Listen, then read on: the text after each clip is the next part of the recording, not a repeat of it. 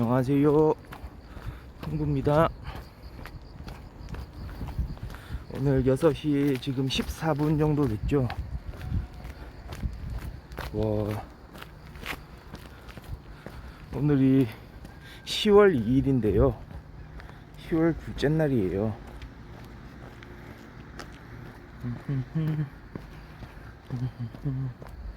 날씨가 최근 날씨 중에는 가장 쌀쌀한 날씨, 가장 싸늘한 날씨 같은데요. 그리고 좀 비가 오려는지 하늘이 진짜 캄캄합니다. 캄캄해요. 지금 화면에 비친 것보다 더 좀 어둡습니다. 화면에는 좀 밝게 나오는데요.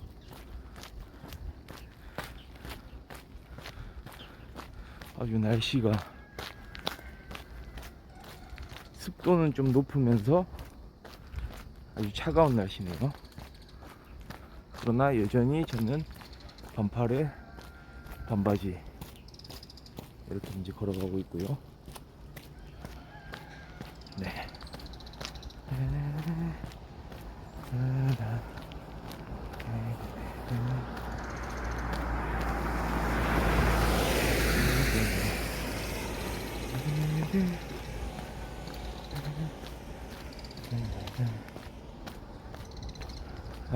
여기 이제 새로운 건물들을 막 올리려는 것 같은데요. 아마 아파트가 들어오는 것 같은데 드디어 구조물들을 설치하기 시작했네요. 그러니까 평탄화 작업 이런 것도 하고, 그 다음에 구조물가 여기 설치가 돼 있네요. 이쪽으로 길이 하나 쫙 나 있고, 짜자잔, 따다다다.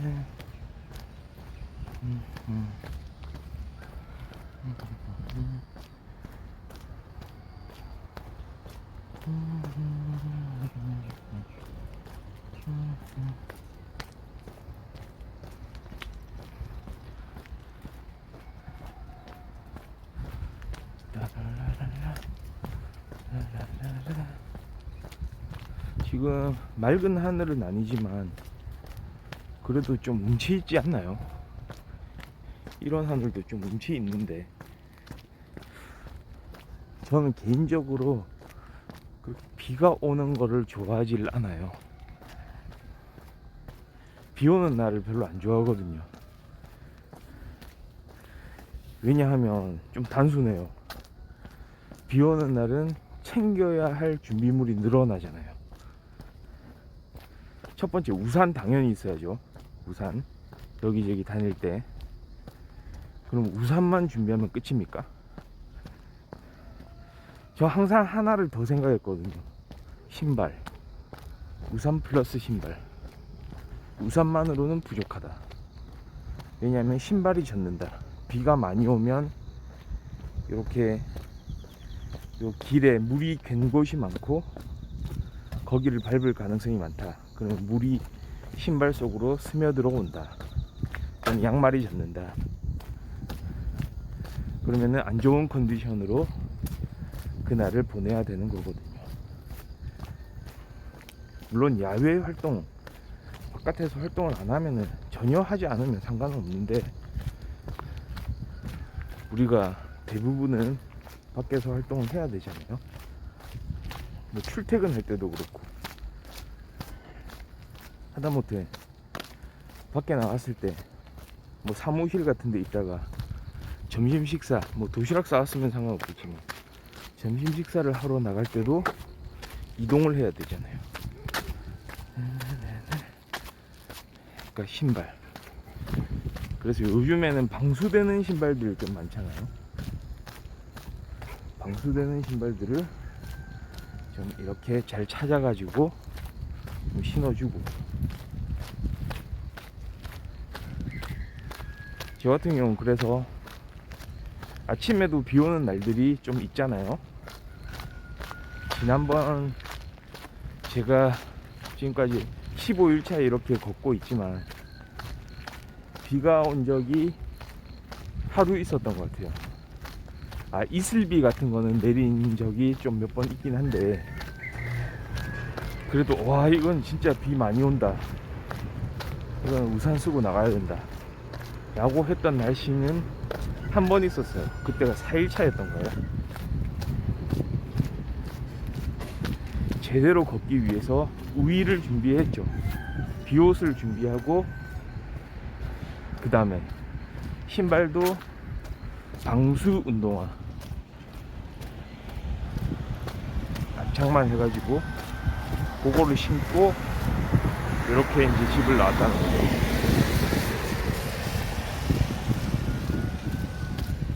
근데 문제는 그 당시에 그랬어요. 잠깐 그냥 비 오는 그 밖에 나와가지고 걸어 다니면 상관이 없는데, 사실 걷기는 대략 한 1시간 정도로 이루어지잖아요. 그러니까 계속 밖에서 걷다 보니 일단 양말이 젖더라고. 양말 딱 젖는 순간에 이거 큰일 났다 싶었죠. 물에 한번 젖은 양말은 어떻게 됩니까? 양말, 그러니까 발의 전체적인 부분은 신발 속에 이렇게 들어있긴 하지만 양말 보면 발목까지 올라오잖아요. 거기서부터 물이 침투하기 시작하는 거예요. 모세관 현상이지 않습니까? 쭉쭉 물이 침투해가지고 발끝까지 가는 거죠. 도달하는 거죠. 그러니까 걷기 컨디션이 엄청 안 좋아지더라고요.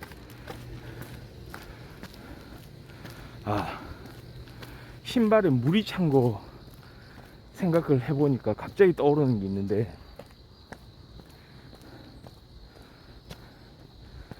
제가 어제 저녁에 영화 한 편을 봤거든요.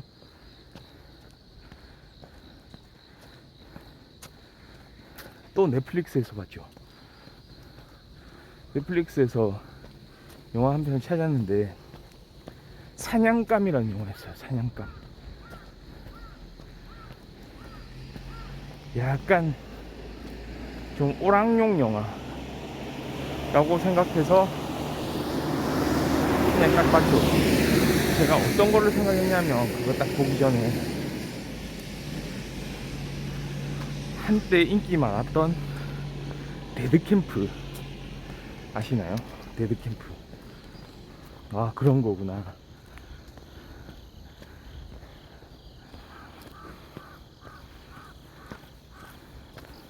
딱 배경을 보니 산에서 일어나는 이야기. 그냥 일반인들이 등산을 하러 갔는데 그 산에서 누군가 다른 존재가 있고, 그 존재가 그 일반인인 주인공들을 잡으러 오는 이야기. 좀 그 소재 자체는 좀 진부해요. 진부한 소재긴 한데 워낙에 다루는 영화들이 많기 때문에 공간만 바뀌고 캐릭터 설정만 좀 바뀌고 이러면서 워낙에 다양하게 나오는 영화들이 많죠. 다른 설정으로. 그래도 눈이 가요. 그런 영화들을 보면 눈이 갑니다. 제가 좀 그런 영화들을 좋아하거든요. 쫓고 쫓기는 영화. 어떤 제한된 공간 안에서 마치 술래잡기 하는 것처럼 쫓고 쫓기는 거.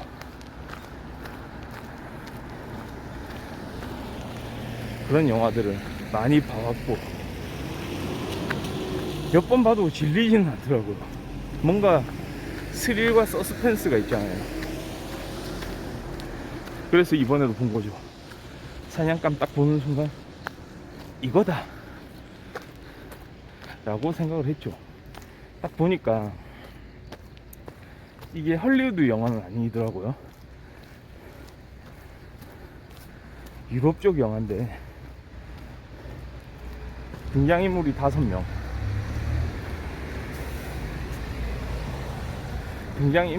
인물들 중에서 쫓기는 인물들이 5명이죠. 쫓기는.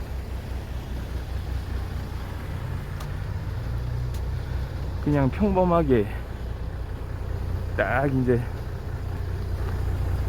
아마 캠핑 같은 거 한 것 같아요. 친구들 뭐 이렇게. 전원이 또 남자예요. 그러니까 얼마나 좀 그렇겠어요. 남자인 그 친구들 5이 어떤 여행을 간다, 캠핑을 간다.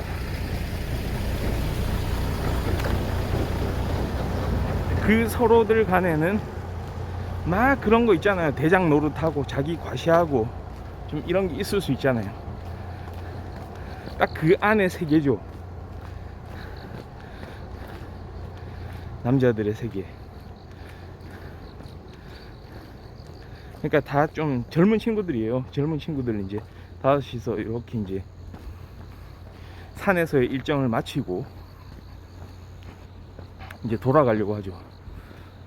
돌아가려고 막 자기들 타고 왔던 차로 이제 공터로 돌아가서 이렇게 일상으로 복귀를 하려고 하는데, 문제는 총소리가 계속 들린다는 거죠. 다른 데서 총소리가 들려요. 그런 이야기거든요. 누가 우리를 노리는지를 모른다는 그 공포심, 그 공포감, 그런 거예요. 그래서 공포의 실체와 이제 마주치게 되는데, 근데 조금 납득하기 곤란한 상황들이 좀 몇 번 있더라고요. 우리가 항상 그런 거 생각 많이 하잖아요. 내가 딱 그 영화를 보면서 주인공의 입장에 빙의가 돼가지고 나라면 어떻게 할 텐데 생각을 해보지 않나요?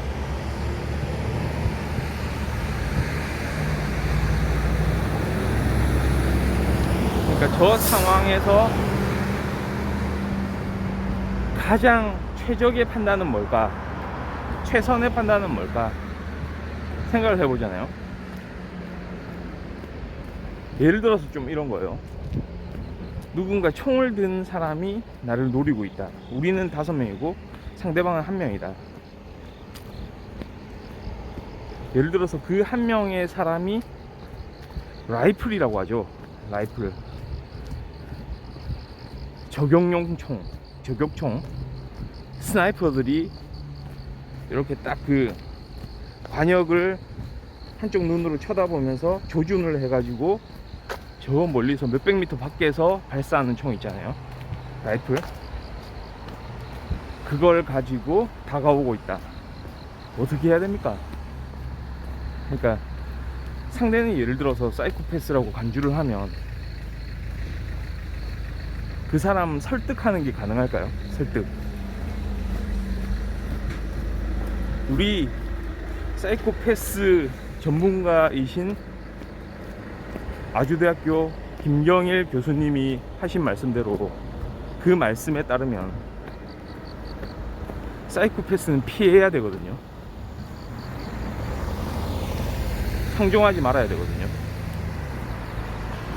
그런데 거기서 좋은 말로 그냥 보통 사람들이 할 수 있는 그런 일상에서의 설득의 방법으로, 너 이거 이러는 거는 참 위험한 짓이고, 이거 도덕적으로도 잘못된 거야. 지금까지 이렇게 한 거에 대해서는 우리가 좀 정상 참작을 해줄 테니까 지금 총 좀 내려놓지 그래. 그렇게 하는 거 아니야. 그러면 안 돼. 설득 가능성 0%입니다.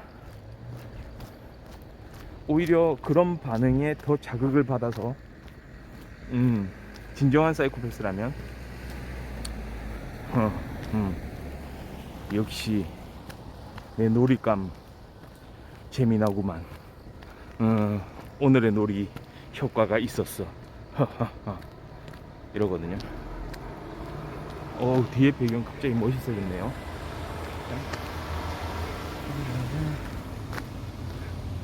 멋있어요.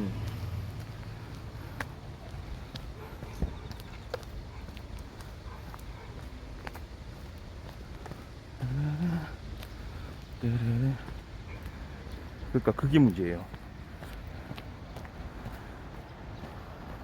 물론 영화에서 그런 설정이 돼 있기 때문에 그렇긴 하지만 사람들이 어떤 상대방 그 범죄자에 대해서 본인과 똑같은 인간적인 감정이 있을 거라고 미리 전제를 한다는 거죠. 지금 말씀드리는 거는 그 사냥감이라는 영화하고 좀 관계가 없을 수도 있는데, 그러니까 기본적인 판단에서 이건 왜 이렇게 섣부른 판단을 하는 거지 라고 생각했던 거에 대해서 얘기를 하는 거거든요. 그러니까 상대는 만약에 총을 든 한 명의 사이코패스고 우리는 좀 정상적인 5명의 이렇게 동료들이 있다. 어떻게 해야 됩니까? 그 라이플, 아마도 배그를 많이 해본 사람, 배틀그라운드라는 유명한 게임 있잖아요. 한국 게임. 그전에도 뭐 많았죠. 서든 어택도 있고 뭐 카운터 스트라이크 뭐 이런 것도 있었죠. 그런 게임을 조금이라도 해봤다면,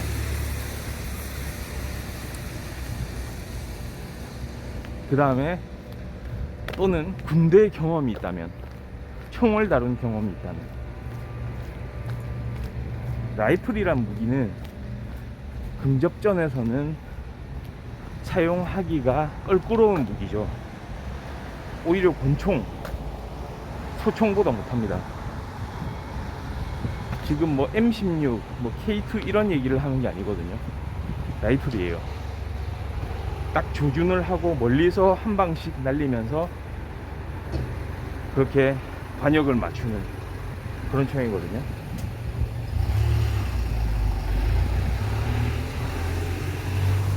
그냥 그 5명이서 도망가는 거는 어떤 미래를 위한 그런 설계가 아니죠. 저는 좀 그런 생각을 많이 했는데, 왜 저 5명이 그 상대방 1명을 제압을 못하지? 이런 생각 많이 하거든요.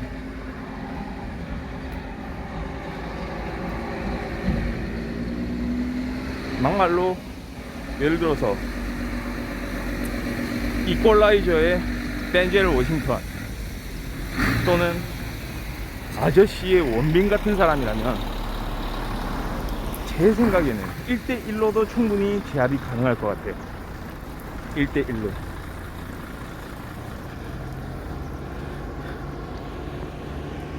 지그재그로 달려가면서 상대방에 점점 근접하면서 일격을 노리는 거, 그런 방식. 만약에 우리 팀이 인원이 여러 명이라면, 다수라면 그게 더 유리해지거든요.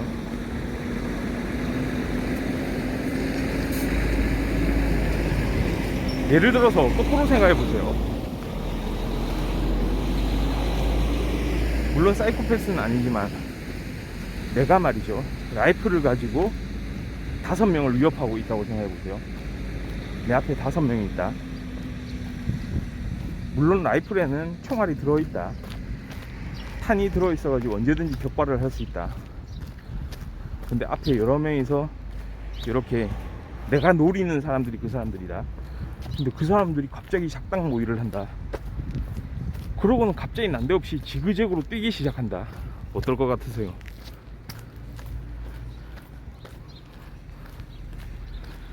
그때는 대혼란이 오죠. 머릿속에서 어떻게 해야 될지. 만약에 운이 정말로 좋다면 그 중에서 1명을 맞출 수 있을 거예요. 내 라이플로 1명 정도는 맞출 수 있을 거예요. 만약에 운이 아주 좋은 사람이라면. 그런데 보통의 경우는 1명도 못 맞출 거예요. 왜냐하면 라이플은 근접전에서 쓸 수 있는 게 아니고 장거리에 있는 몇백 미터 후방에 있는 그런 관역에 대해서 철저히 조준을 통해서 그렇게 명중시킬 수 있는 그런 무기이기 때문입니다.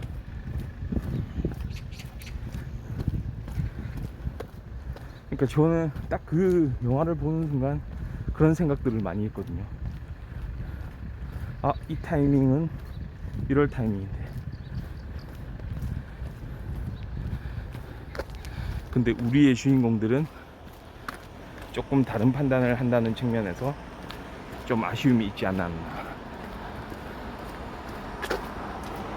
좀 그런 게 있습니다. 그러니까 영화는 좀 개연성이라고 하죠. 개연성. 어떤 일의 원인이 있고 결과가 있을 때 그게 논리적으로 제대로 된 논리를 갖추고 잘 이어지는지, 무분별하게 막 우연성이 남발하지 않는지, 이런 거 봐야 되잖아요. 그런데 조금 그런 면에서 아, 이랬기 때문에 이렇게 되고, 그 다음에 그런 중간중간 판단을 해나가는 그런 등장인물들의 그 과정들. 아, 근데 또 한편으로 그런 거는 있네요. 좀 문화적인 차이가 있을 수도 있을 것 같아요. 문화적인 차이. 제가 서두에서도 말씀을 드렸듯이, 예를 들어서 군 경험이라든지 아니면은 어떤 그 완성도 높은 게임들, 배틀그라운드 같은 게임들을 경험해보지 못한 사람이라면 그걸 모를 수도 있다고 생각도 되네요.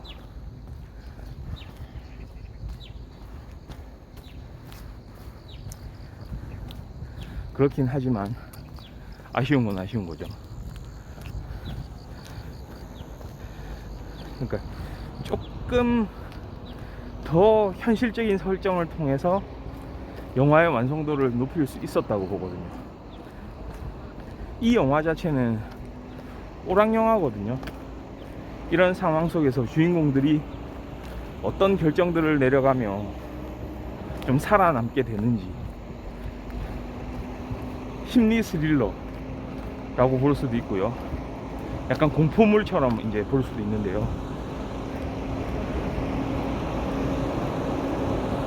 좀 정확한 이제 납득이 가는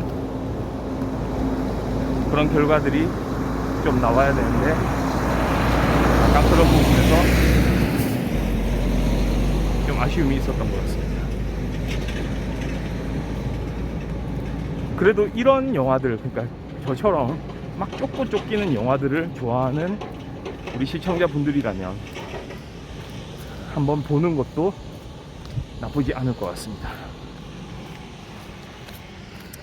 제가 지금까지 본 영화 중에서 이런 컨셉의 영화들 많아요. 그러니까 저는 예전부터 호러 영화들, 스릴러 영화들도 참 좋아했거든요. 그 중에서 제가 특별히 좋아하는 영화들 어떤 게 있냐면, 약간 좀비들이 출연하는 영화들도 좀 재밌어요. 근데 저는 이제 좀비 자체가 목적은 아니고 그런 상황에서 일어나는 그런 심장이 막 콩닥콩닥 하는 그런 거, 그렇죠? 막 서스펜스, 응? 그 다음에 뭐 반전, 아 이거 어떻게 딱 이 상황들을 잘 판단하고 활용해 가지고 주인공들이 살아남고 이러는 과정들을 되게 좋아하거든요. 그 대표적인 영화가 REC. 원래 원작은 제 기억엔 스페인 영화였던 것 같아요. 스페인 영화. 그런데 그거 미국에서 리메이크도 하고 했던 것 같습니다. 근데 원작이 재밌고요. REC라는 영화. 그 다음에 산악 공포 영화의 대표적인 또 영화 있죠. 데드캠프 좋아하죠. 데드캠프. REC라는 영화 있고, 그 다음에 데드캠프라는 영화 있고.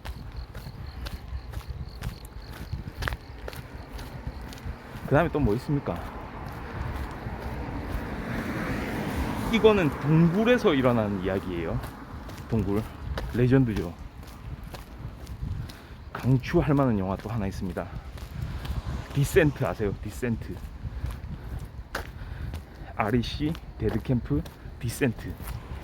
디센트도 그 후속작들이 좀 만들어졌어요. 1편, 2편, 3편은 나왔는지 모르겠습니다. 있으면 한번 찾아서 또 한번 봐야 되겠군요.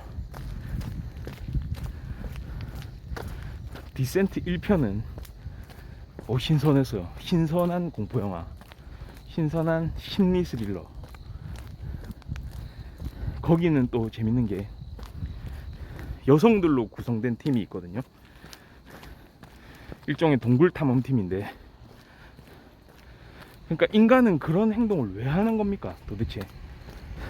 그러니까 뭔가 탐험을 하러 가는 거예요. 그냥 집에서, 회사에서, 학교에서 잘 지내면 되는데 탐험을 가요. 근데 같이 탐험을 또 하는 동료들이 있어요. 친구가 될 수 있고 형제가 될 수 있고, 어디서 뭐 동호회 같은 데서 만난 사람들이 될 수 있고, 서로 의지하면서 가거든요. 한 대여섯 명 가잖아요. 그러면 보통 일반인들은 가지 않은 곳에 발을 디디는 거를 원하게 되죠, 사람들이. 사람의 발자취가 없는, 사람들이 경험해보지 못한 그런 새로운 환경을 경험해보고 싶은 그런 심리. 유독 그런 게 또 강한 사람들이 있어요. 가만 보면 유독 좀 강한 사람들이 있습니다. 그런 사람들로 이루어진 그 단체가 탐험대예요. 근데 문제는 그렇게 많은 준비를 해서 오는 게 아니라는 거예요. 그냥 그 사람들은 어떤 새로운 그런 환경을 경험하고 싶고 자기가 느끼고 싶지만, 거기에 비해서 어떤 그 위험이 도사리고 있을 거라는 생각에 대해서는 조금 간과하는 경향들이 있어요.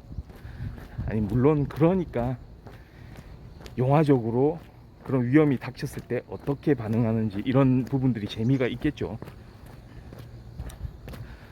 그래서 디센트 같은 경우에는 이 사람들도 처음에는 어떤 그런 캠핑, 등산, 산악을 이렇게 이제 막 올라가고 막 누비고 막 이런 거에 관심이 있었겠죠. 근데 동굴을 발견하는 거죠. 들어가는 거예요. 그 좁은 동굴 안을 들어갔더니 새로운 세상이 펼쳐지고, 와, 우리가 일상에서 경험하지 못한, 당연하죠, 그런 신비로움, 그런 환희 느껴지겠죠. 근데 문제는 그 안에 다른 존재들이 기다리고 있었다는 거죠. 이런 식이거든요. 그래서 거기를, 그 상황을, 거기에서 우리가 겪게 되는 그런 어려운 상황을 어떻게 극복하느냐, 이게 이제 주제가 되는 거거든요. 하늘이 점점 개이고 있네요. 점점 맑아지고 있어요. 동이 쫙 저렇게 또 오르네요.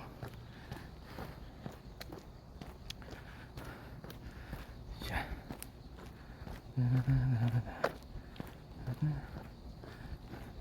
그런 거 디센트 정말 강추해 드릴 만한 그런 영화입니다. 정말 재밌게 봤고요. 어쩌면 그 당시에 REC나 디센트 이런 영화들을 통해서 와, 정말 내 취향이다 이런 생각 많이 했는지 모르겠어요. 그래서 그 당시에 또 봤던 게 루인스라는 또 영화가 있거든요. 루인스. 그거는 또 약간 어떤,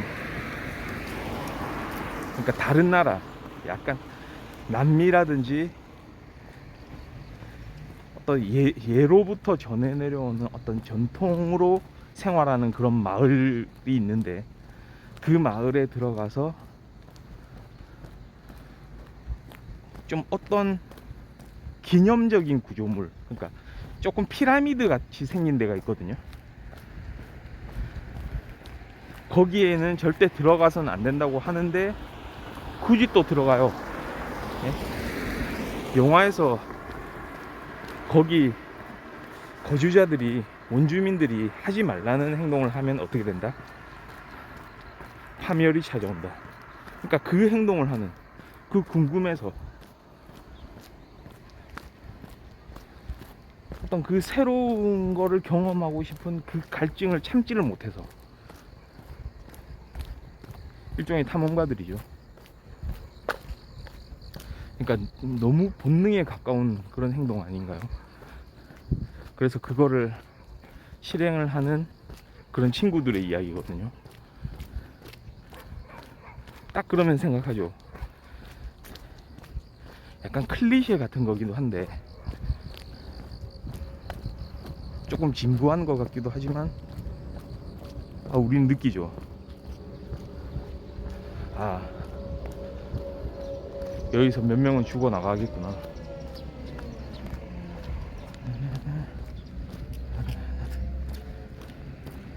이번에 사냥감을 보면서 처음 했던 생각도 그거거든요.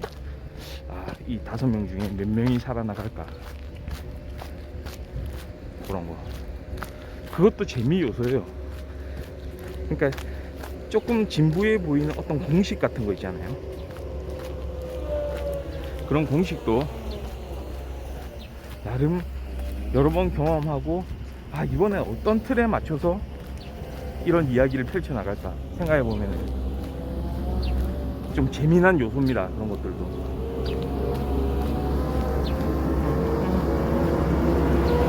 그런 영화들.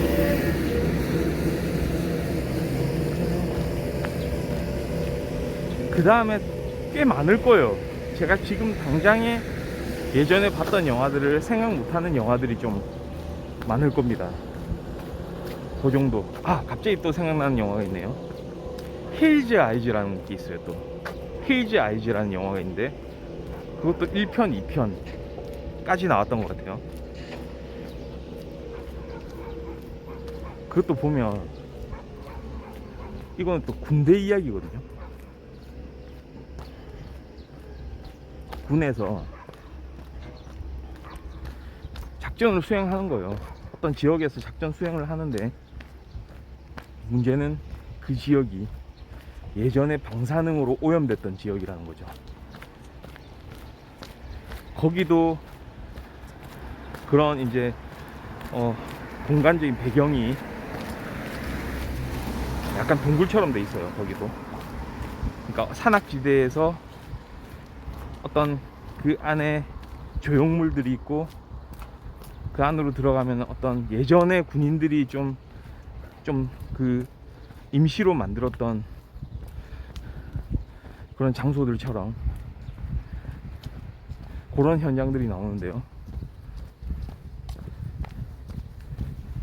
누군가 기다리고 있다는 거죠. 그 안에서도.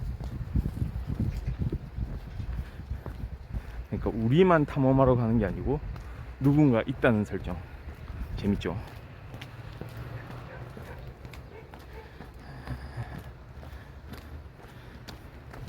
근데 그 기다리고 있는 누군가들은 항상 매번 보면 파워가 막강해요. 보통 인간의 수준은 훨씬 뛰어넘습니다. 걔네들 하나같이 그래요. 파워풀합니다. 그런 영화들. 제한된 장소에서, 그러니까 빠져나가기 어려운 장소에서 어떤 미지의 존재에 의해서 쫓기게 되는 이야기들. 빅잼이 선사하는 그런 영화들이죠.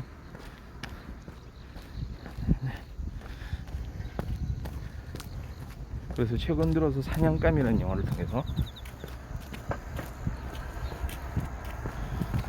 그런 예전의 그런 감성들을 다시 한번 일깨우는 계기가 된 것 같습니다.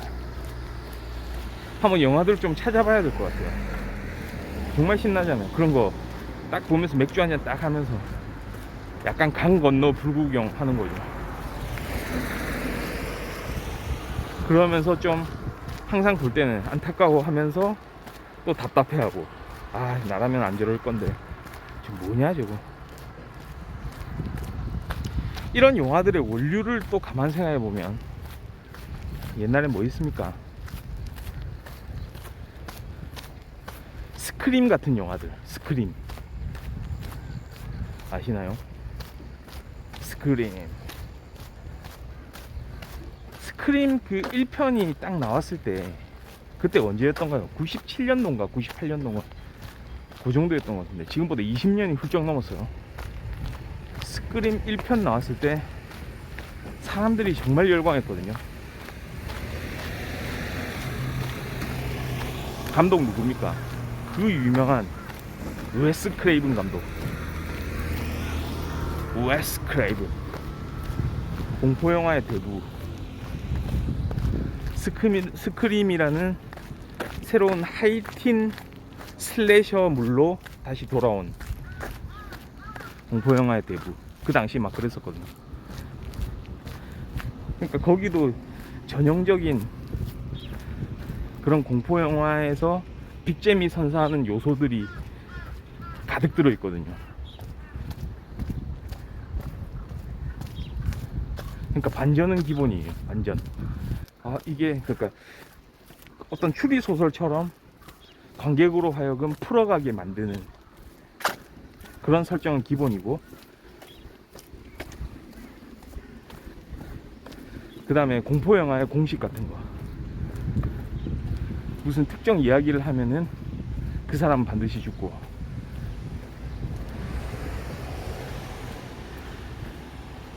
아 그때 또 가만 생각해 보니까 드류 베리모, 와 제가 헐리우드 여배우들 중에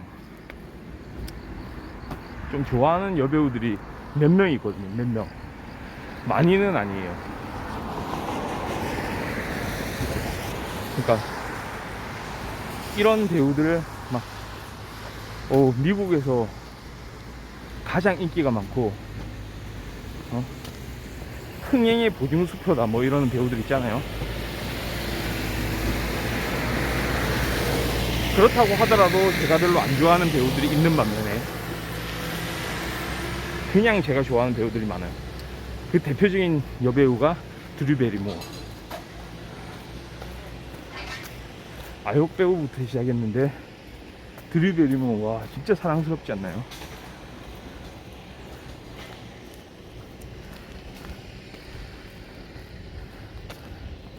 원래 아역 배우부터 시작한 그런 할리우드 스타들을 보면 되게 어려운 환경들을 많이 겪게 되거든요. 실제 생활에서는요.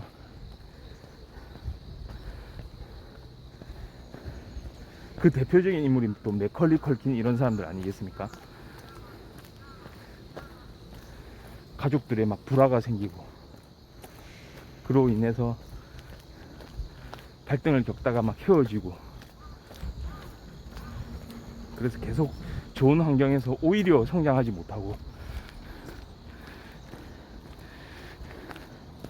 다른 뭐 술이나 도박이나 마약 같은 거에 이제 빠져 살고 이런 경우들이 많다고 보는데, 드류 베리모어도 아마 어려움을 좀 겪었던 것 같아요. 아역스타부터 시작해가지고요. 그런데 재기에 성공하는 어떤 발판,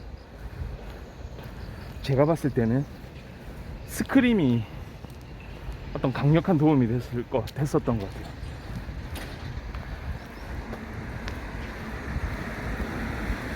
스크림의 첫 번째 장면을 장식하거든요. 정말 인상적이에요. 이 E.T.에 나오던 그 깜찍한 꼬맹이 소녀가 스크림에서 이제 성인 배우로 나와가지고 그런 관객들한테 선사하는 어떤 공포감인데, 그거는 그냥 보통의 공포는 아니에요.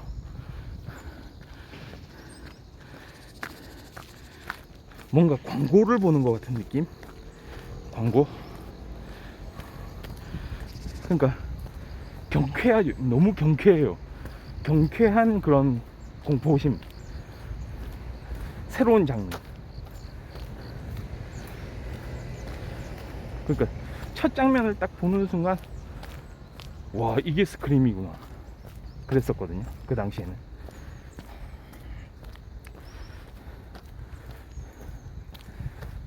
그러니까 드류 베리모어의 그 연기는 정말 좋았죠. 연기 자체도 잘할 뿐만 아니고, 그리고 그 배우가 갖고 있는 어떤 이미지 같은 거, 그런 게 잘 느껴졌거든요.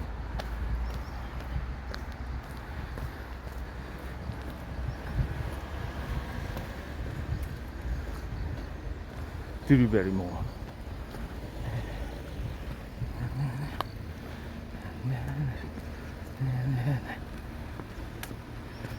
예전에 또 제가 좀 좋아했던 배우가, 여배우 중에 학교 다니고 이럴 때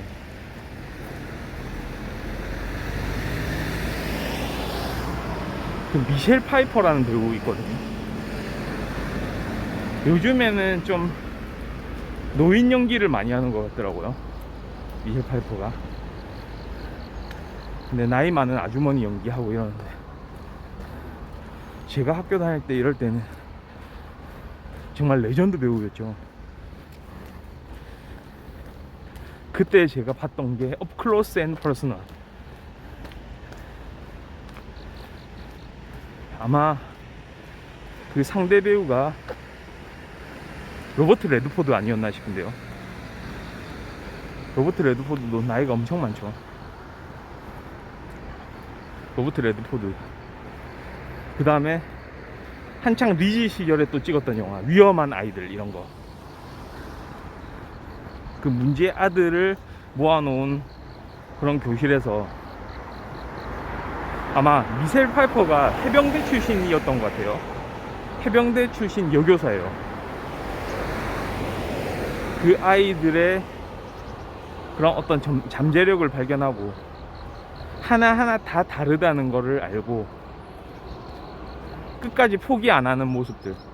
그 아이들을 다른 사람 손에 막 그냥 아무렇게나, 아 내가 다루기 어렵다, 힘들다, 그냥 던지자, 이게 아니고 끝까지 아이들을 책임지는 모습들, 그런 연기들을 하거든요.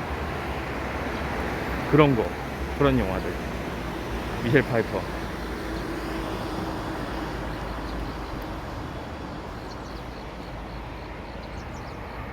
드류 베리모어, 미셸 파이퍼.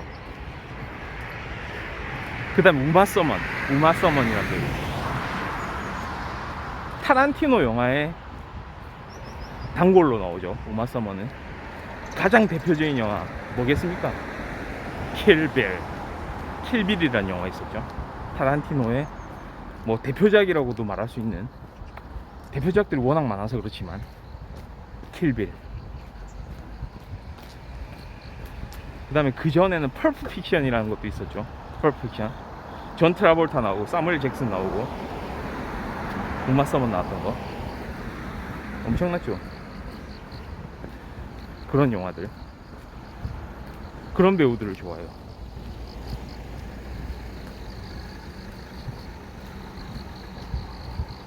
근데 좀 별로 안 좋아했던 배우들은, 예를 들어서 뭐 그렇게 많지는 않지만 약간 줄리아 로버츠 같은 배우들. 줄리아 로버츠.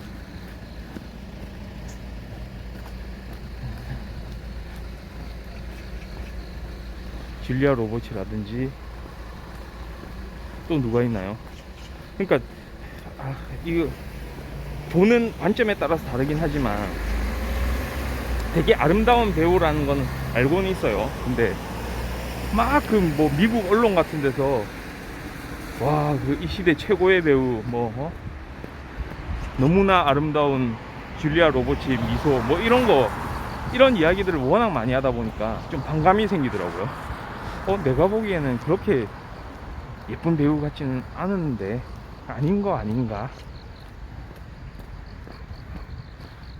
좀 그런 거. 줄리아 로버츠의 대표작 같은 게 보면 노팅힐 이런 거잖아요. 휴 그랜트하고 같이 열연했던 거. 그 다음에 또 뭡니까? 프리티 우먼. 개 레전드 영화. 와. 프리티 우먼 하는 거.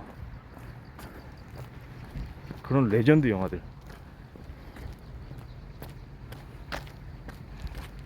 줄리아 로버츠의 그 어렸을 때 모습들을 좀 볼 수 있는데요.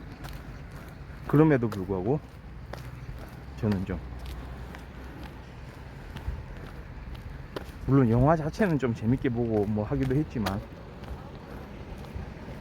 약간 공감이 안 가는 부분들, 그런 게 좀 있었어요. 개인 취향입니다. 이거는 순수 개인 취향.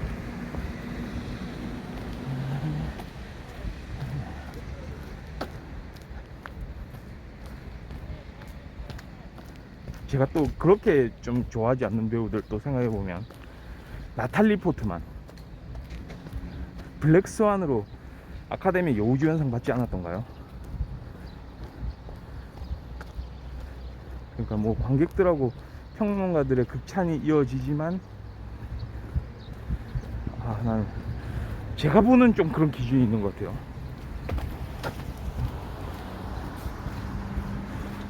약간 그런 느낌도 좀 있는 것 같아요. 좀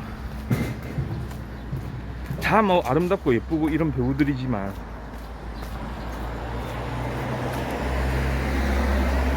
한국에 딱 와가지고 내가 인사를 하면은 뭔가 좀 받아줄 것 같은 그런 느낌.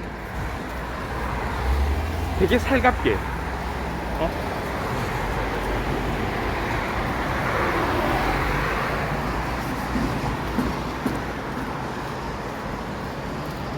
딱 살갑게 받아줄 것 같은 느낌이 있는 배우들을 좀 좋아하는 것 같아요.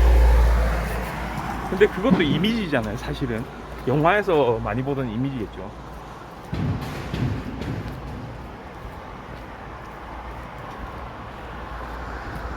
딱 드류 베리모어 같은 경우에는, 와, 진짜 그때 언제였죠? 한 2000년대쯤이었던 것 같은데, 제 기억에 베스킨 라빈스 광고를 하지 않았던가요? 그때. 와, 그거 보고 진짜 쓰러질 뻔했어요.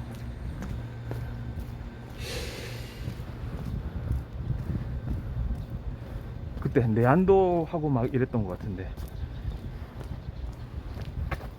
정말로 진짜 예쁘고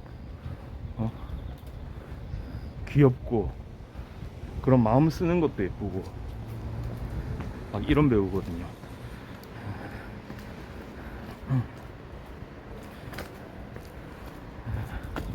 그랬던 것 같습니다.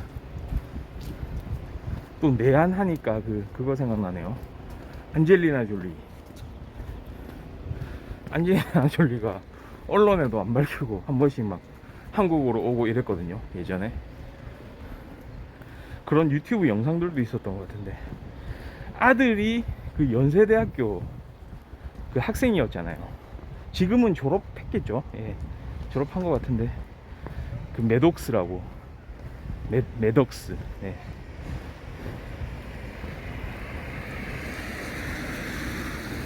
그러니까 그 당시에 좀 놀랍긴 했어요.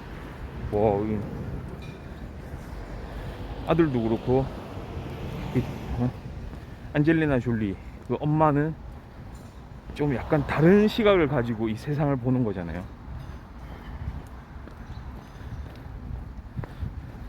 그 전 세계에 좀 어려운 이웃들을 그렇게 돕고 하는 사업들을 많이 하는 걸로 유명한 안젤리나 졸리잖아요.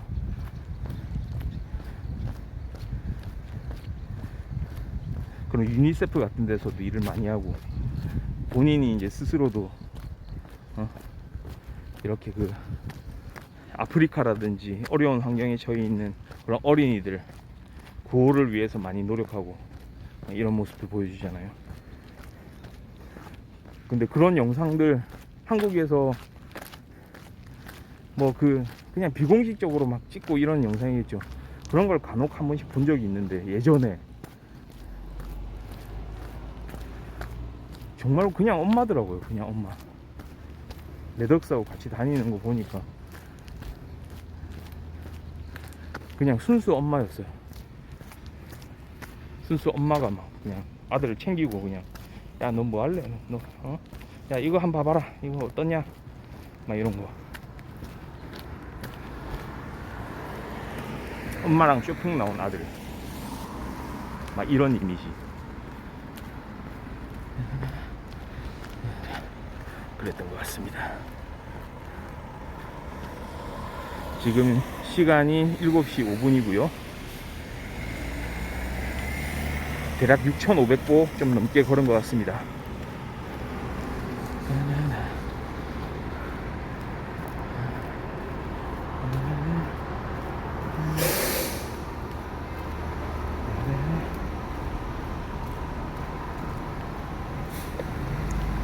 짝짝짝.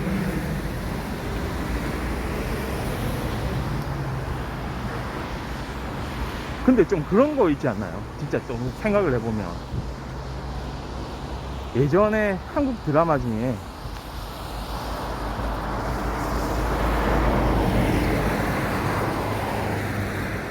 그 구혜선 나오는 거, 구혜선이랑 그 당시 극중 이름이 구준표, 그 배우 이름이 뭐였죠? 이민호 배우가 같이 출연했던 꽃보다 남자, 일본 만화 원작이죠. 꽃보다 남자 같은 거를 보면은 조금 의아한 생각이 드는 게, 원작에서는 원작 자체가 만화기 때문에 뭐 그런 부분이 있지만, 그냥 평범한 그 여학생으로 나오거든요, 주인공이요. 그리고 그 주변에 이제 잘 나가는 이제 여학생들 있고 남학생들 있고 막 이런데, 근데 그 당시에 구혜선이 그렇게 평범하지 않았거든요. 약간 그런 설정이라는. 예전에도 뭡니까 그거 궁이란 드라마 있었죠.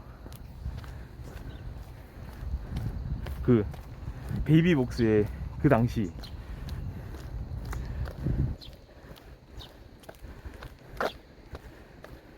베이비복스의 그 누구죠?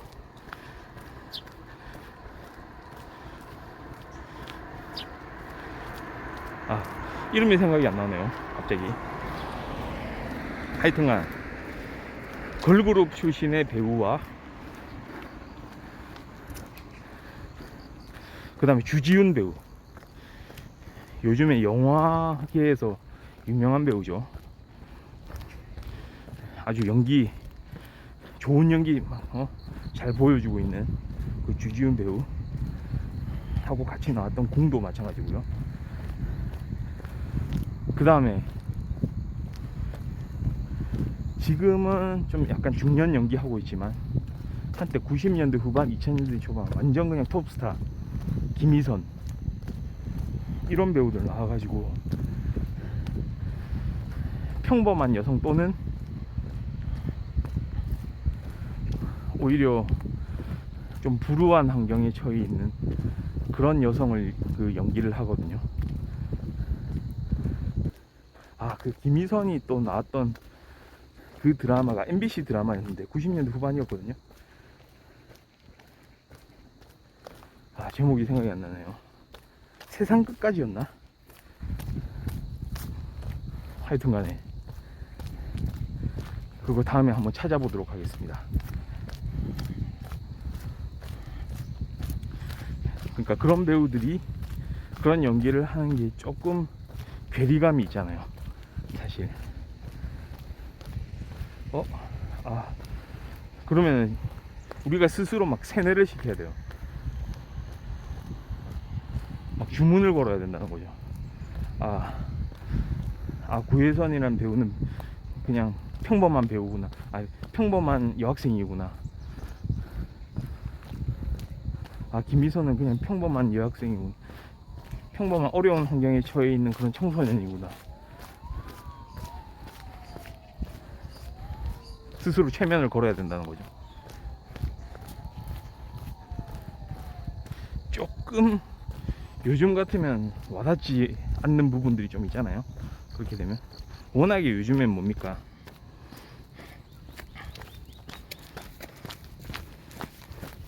실제와 구분이 안 되잖아요. 잘 정말로 그런 컨텐츠를 만들고 이렇게 이제 막 많은 사람들이 볼 수 있게 해주는 그런 환경들이 이렇게 조성이 됐기 때문에 실제로 어떤 이야기가 있으면은 그 이야기의 최적인 일반인이 배우로 나오고 이러잖아요. 근데 그 당시만 해도 그냥 그냥 그 드라마가 그런 이야기를 하고 있다면 그냥 받아들여야 돼요.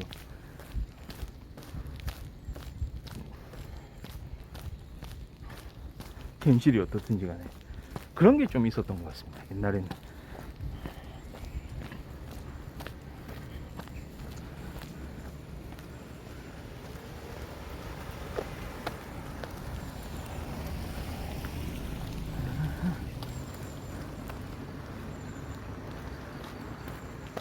그러니까 딱 그 쌍방향 소통이 이루어지기 전에 컨텐츠들, 그게 대략 한 2000년대 후반까지도 간 것 같아요.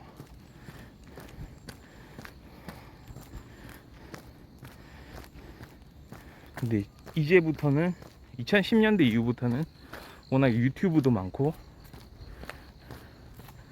유튜브에 올라오는 컨텐츠들도 많고 다른 플랫폼들, 다른 매체들이 막 생기면서부터 뭔가 좀 정확하게 해야 된다. 예를 들어서 그거예요. 제가 말씀드리고 싶은 건 그겁니다. 예를 들어서 오징어 게임 같은 거, 오징어 게임에 출연했던 여배우들 보세요. 진짜 그 극중의 캐릭터하고 일치하는 것 같지 않아요?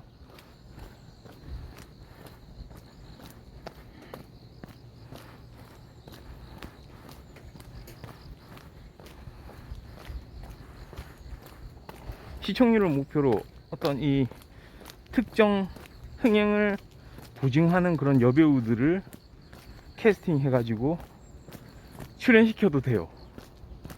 그런데 그렇게 안 하잖아요.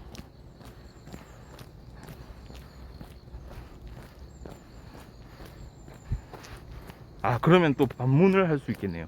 반론 제기. 그럼 이정재는 뭐냐? 이정재는 조금 다른 의미 아닌가요? 기존에 워낙에 그렇게 막 좀 요즘에는 그 악역을 많이 하잖아요. 이정재 같은 경우. 그런데 뭔가 되게 진짜 어떤 능력을, 출중한 능력을 갖추고 뭔가 엄청난 거를 위해서 막 싸우고, 그게 선한 역이든 악역이든 간에 그랬었는데 그 이미지를 깨고 새로운 도전을 한 거잖아요. 그런 측면으로 좀 보면 좋을 것 같고, 박혜수 배우 같은 경우에도 이 배우가 또 악역도 잘하는 배우거든요, 원래. 그러니까 그런 이미지를 갖추고 있어요. 뭔가 약간 범죄자 같은 이미지를 표현할 수 있는 능력을 또 가지고 있는 배우거든요. 그러니까 그런 식으로 이제 실제로 여기에 적합한 이미지를 가지고 있는 이런 것도 많이 고려를 했던 것 같아요.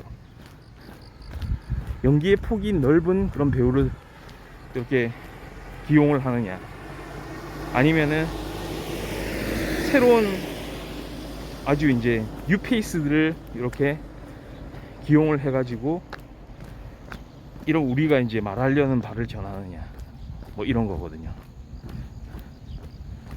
그러니까 좀 그런 생각을 좀 하게 되더라고요. 어느덧 이렇게 이야기하고 걸어오다 보니까 저쪽에 또 하늘이 점점 개이고 있습니다.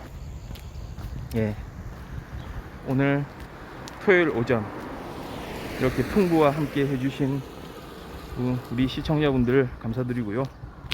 또 저는 내일 아침에 이렇게 건강한 모습으로 찾아뵙도록 하겠습니다.